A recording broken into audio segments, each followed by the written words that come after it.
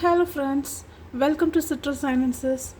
இப்போது ஒரு பிரிஞ்சால் ஃப்ரை நான் ஆல்ரெடி என்னோடய வீடியோஸில் போட்டிருக்கேன்.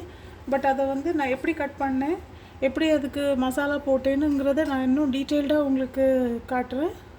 ஃப்ரெண்ட்ஸ், இப்போ நான் ஒரு 3 எக் பிளான்ட் எடுத்திருக்கேன். ஸோ இந்த பிரிஞ்சாலை நம்ம நீல வாக்கில் வெட்டிக்கலாம். அந்த மாதிரி கொஞ்சம் தின்னாகவே இருந்தால் ஈஸியாக பொரிஞ்சிடும்.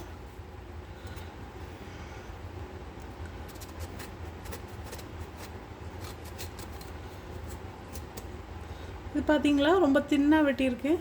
ஸோ உங்களுக்கு ஈஸியாக நல்லா மசாலாலாம் பிடிச்சி சாப்பிடும்போது உங்களுக்கு ரொம்ப யம்மியாக இருக்கும்.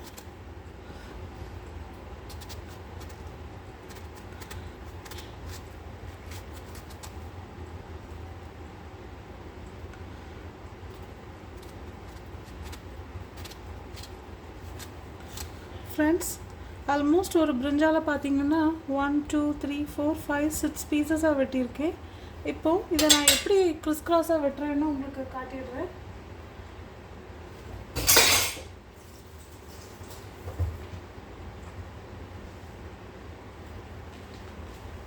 சாரி, நேற்று உள்ள வீடியோஸில் என்னால் அதை காட்ட முடியல, இன்றைக்கி காட்டுறேன்.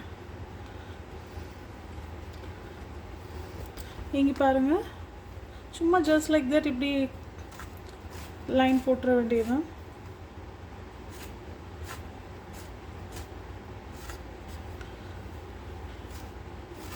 அப்புறம் இப்படி இன்னொன்று,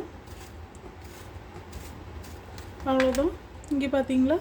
ஸோ இப்போது இதுக்குள்ளே மசாலாஸ் நல்லாவே கோட் ஆகிடும். ஒரு சைடில் இப்படி கிறிஸ் கிராஸ் பண்ணால் போதும், பின்னாடியும் கிறிஸ் கிராஸ் பண்ணிங்கன்னா பிஞ்சு வந்துடும்.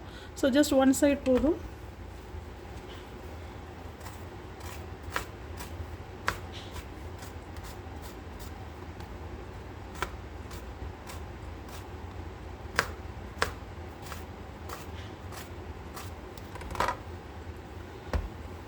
இது மாதிரி நீங்கள் எத்தனை பிரிஞ்சால்ஸ் செய்ய போகிறீங்களோ அத்தனை எக் பிளான்ட்ஸையும் இந்த மாதிரி கட் பண்ணி வச்சுக்கோங்க. ஸோ தட் இந்த மசாலாஸ் உள்ள வரைக்கும் சீப்பாகும், ஆயிலும் உள்ள வரைக்கும் சீப்பாகி உங்களுக்கு சாப்பிடும்போது ஒரு நல்ல ஃப்ளேவர் இருக்கும். பர்சனலாக எனக்கு ஆக்சுவலி பிரிஞ்சால் ரொம்ப பிடிக்காது, பட் இந்த மாதிரி சாப்பிட்டதுக்கப்புறம் it was so tasty.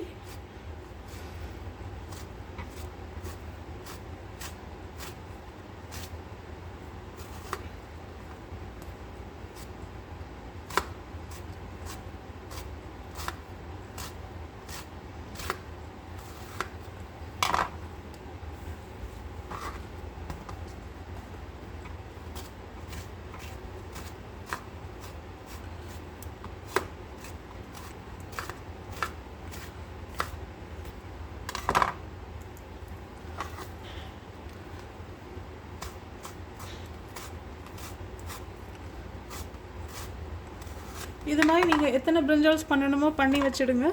So இப்போ இதுக்கு மசாலா எப்படி நான் ரெடி பண்ணுறேன்னு உங்களுக்கு அதையும் நேற்று காட்டிடுறேன். நேற்று என்னால் அதை டீட்டெயில்டாக காட்ட முடியல, நான் ஆல்ரெடி அரைச்ச வீடியோவை தான் நேற்று காட்டினேன். ஸோ இன்றைக்கி காட்டுறேன் அதை எப்படி பண்ணேன்னு. ஒரு மிக்சர் ஜார் எடுத்துக்கோங்க. இதில் நீங்கள் 10 to 15 கார்லிக் ஆட் பண்ணிக்கலாம் அந்த 3 பிரிஞ்சால்ஸ்க்கு. பட் எனக்கு இப்போ பூண்டு உடைக்க டைம் இல்லை. ஸோ நான் இப்போது ரெடிமேடாக என்கிட்ட ஒரு பேஸ்ட் இருக்குது, அதை எடுத்துக்கிட்டேன். பட் நீங்கள் நெஜ பூண்டு போட்டிங்கன்னா ரொம்பவே இன்னும் டேஸ்டி அதிகமாக ரொம்ப டேஸ்ட்டாக இருக்கும். அது நான் இன்னொரு டைம் உங்களுக்கு அது மாதிரி பண்ணி காட்டுறேன். பட் இன்றைக்கி எனக்கு கொஞ்சம் பிஸியாக இருக்கேன். ஸோ இன்றைக்கி நான் இதையே போட்டுட்டேன். இது நான் ஒரு 3 ஸ்பூன்ஸ் எடுத்திருக்கேன், 3 டேபிள் ஸ்பூன்ஸே எடுத்திருக்கேன். ஒவ்வொரு பிரிஞ்சாலுக்கும் 1 டேபிள் ஸ்பூனுங்கிற கணக்கில் 3 டேபிள் ஸ்பூன்ஸ் எடுத்திருக்கேன். நீங்கள் நெஜ பூண்டே எடுங்க.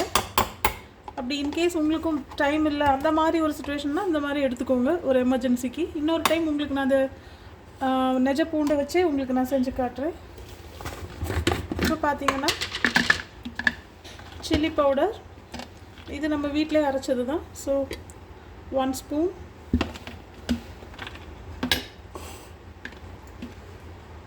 2 ஸ்பூன்ஸ், 3 கொஞ்சம் வேணால் போட்டுக்கலாம்.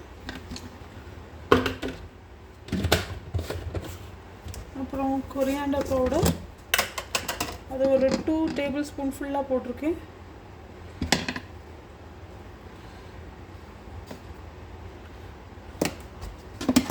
ஃப்ரெண்ட்ஸ், இப்போ நீங்கள் இதில் கொஞ்சமாக தண்ணி விட்டு அரைக்கணும், அல்லது அரைப்படாது.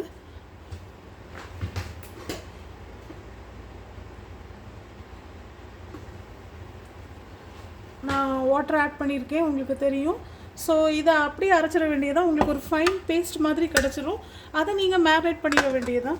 அந்த வீடியோவை நான் நேற்றே போஸ்ட் பண்ணிவிட்டேன். இது கிரைண்ட் பண்ணதுக்கப்புறம் ஒரு ஃபைன் டெக்ஸ்டராக இருக்கும். அதை நம்ம போட்டு நல்லா போட்டு இந்த கத்திரிக்காயில் ஃப்ரண்ட்டில் அண்ட் பேக்கில் நல்லா தடவிட வேண்டியதுதான். ஸோ என்னோடய நெக்ஸ்ட் வீடியோவில் நான் உங்களுக்கு அதை எப்படி ஃப்ரை பண்ணி எடுக்கிறேங்கிறதையும் ஃபுல்லாக காட்டுறேன். ஓகே ஃப்ரெண்ட்ஸ், அவ்வளோதான். இதில் இந்த மசாலாவை அரைக்கிறதெல்லாம் நான் காட்ட வேண்டாம். ஜஸ்ட் இதை அரைச்சா போதும். தண்ணி விட்டுட்டா அரைச்சா ஃபைன் ஆகிடும். ஸோ அதை தடவிட்டு நீங்கள் உடனே, நேற்றுலாம் நான் உடனே தான் பண்ணினேன், வைக்கலாம் இல்லை. இன்கேஸ் உங்களுக்கு டைம் இருக்குன்னா கொஞ்சம் நேரம் வச்சுட்டு போகிறீங்க.